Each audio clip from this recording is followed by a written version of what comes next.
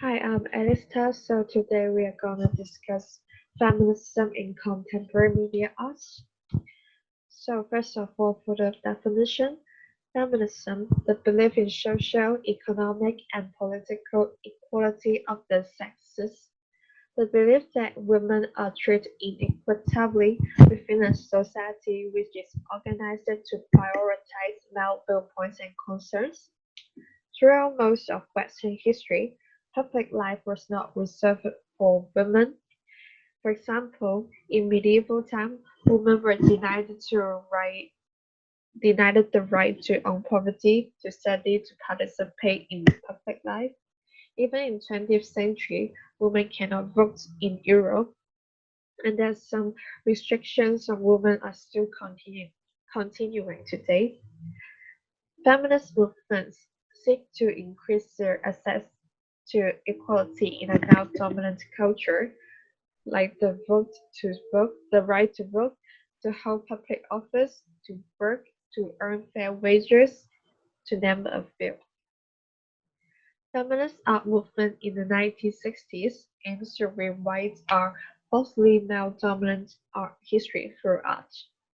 Artist Susan Lucy explained that the goal of feminist art was to influence cultural attitudes and transform stereotypes.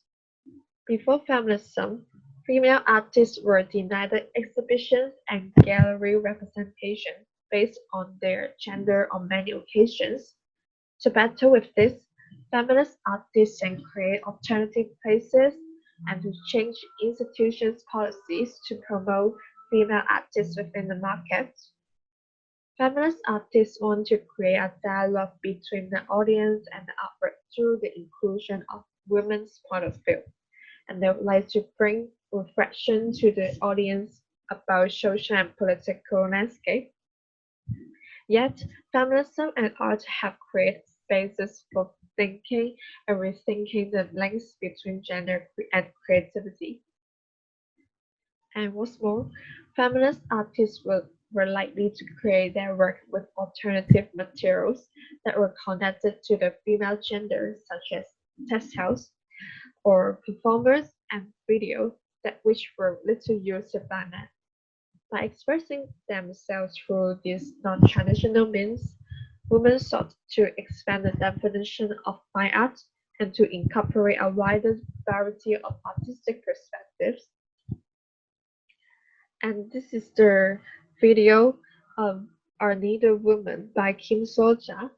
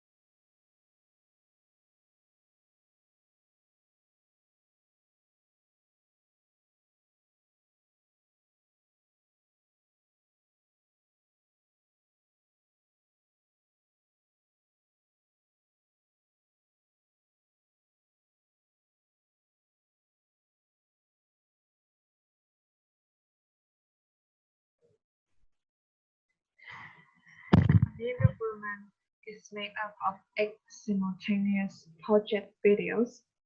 The artist took inspiration from traditional forms of female labor and craft to investigate the role of women.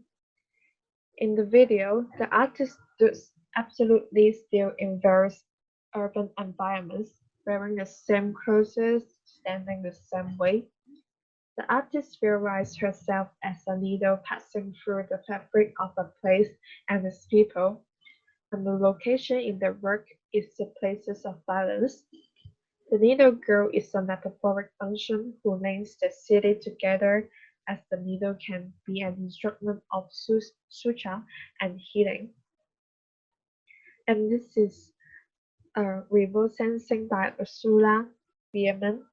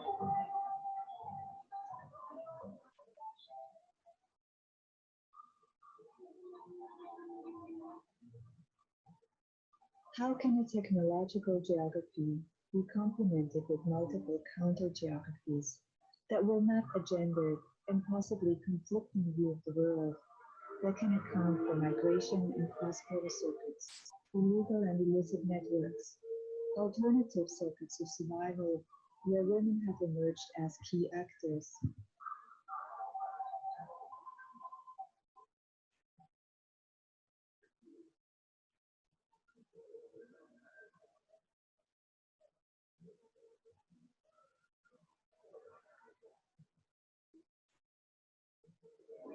Trafficking in women and children has become an issue of grave concern in the Mekong region because each year more and more number of women and children have been victims to this cross-border trafficking. In a country like Thailand, which used to be a sending country, a country of origin, right now to be a country of destination and transit country as well.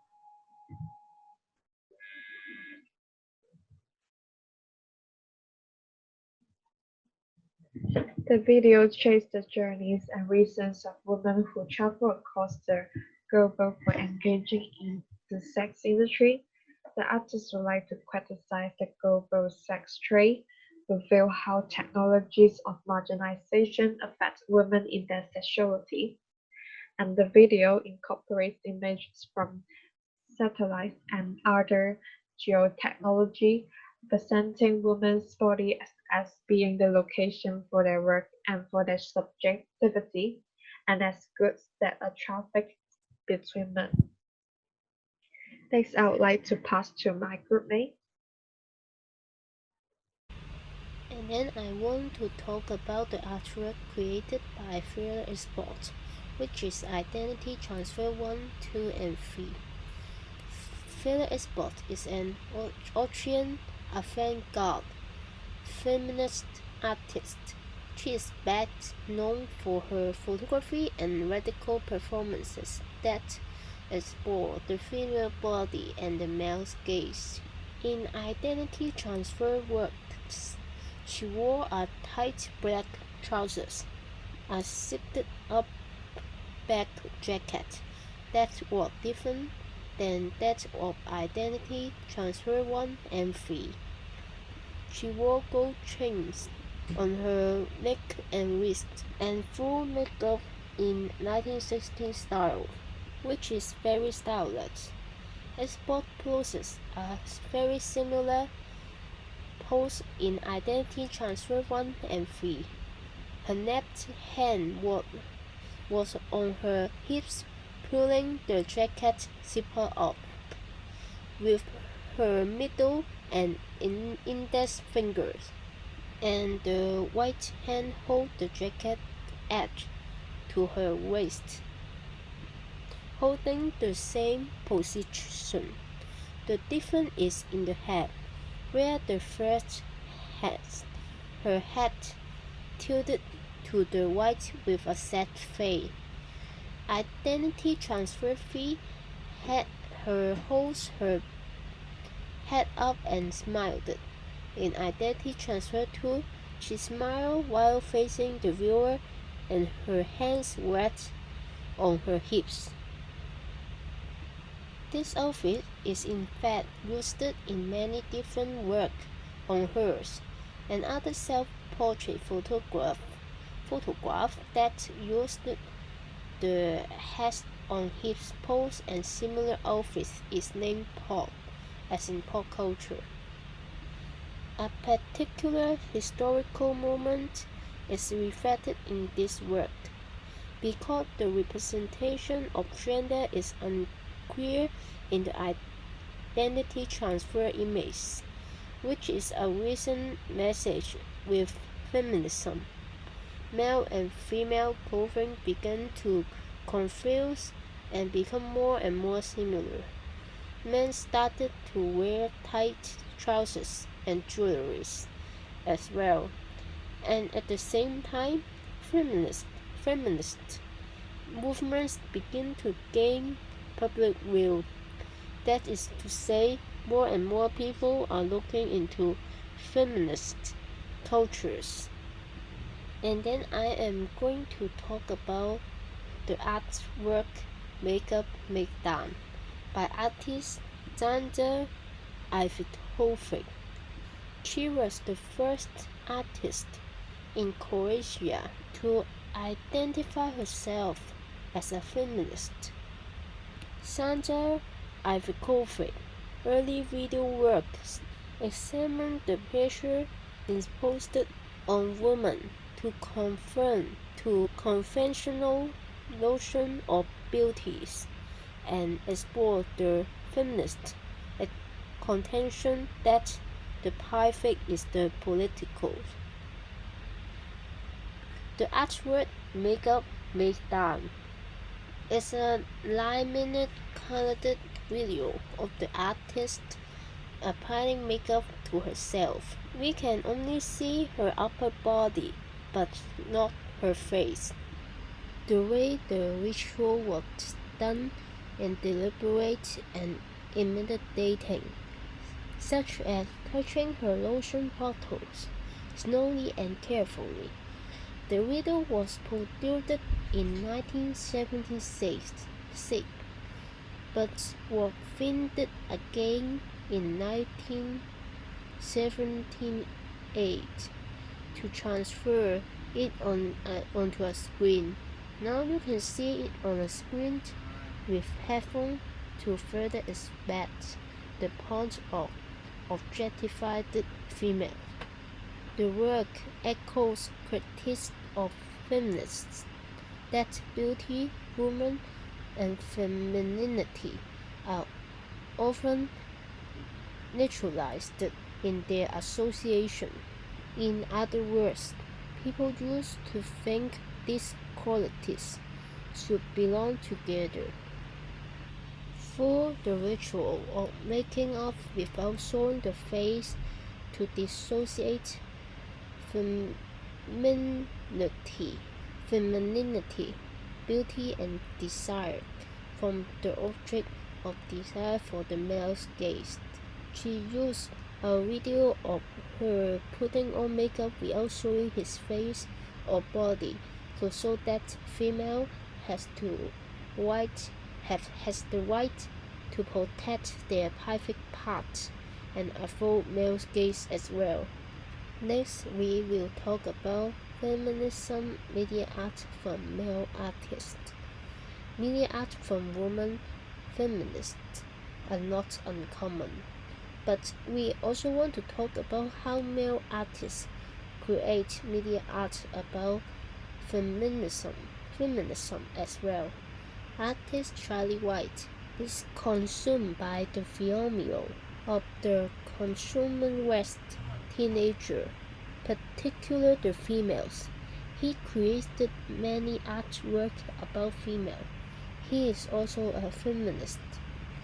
Girls Pose. This artwork is a photography work which included a blonde-haired teen girl, hands on her waist with her pose like doll in swimsuit commercials, but her face has no expression, with the background becoming a series of lines. This shows how the girl is commoditized. Through the contrast between the simple background and the girls, the background took away any other expression and leaving the viewer with nothing but the subject itself and the feel of the lack of presentation in fiction. This shows how teens are transferred into commodities and how their images have been transferred into sexualized objects for male gaze and to fit the consumerism market.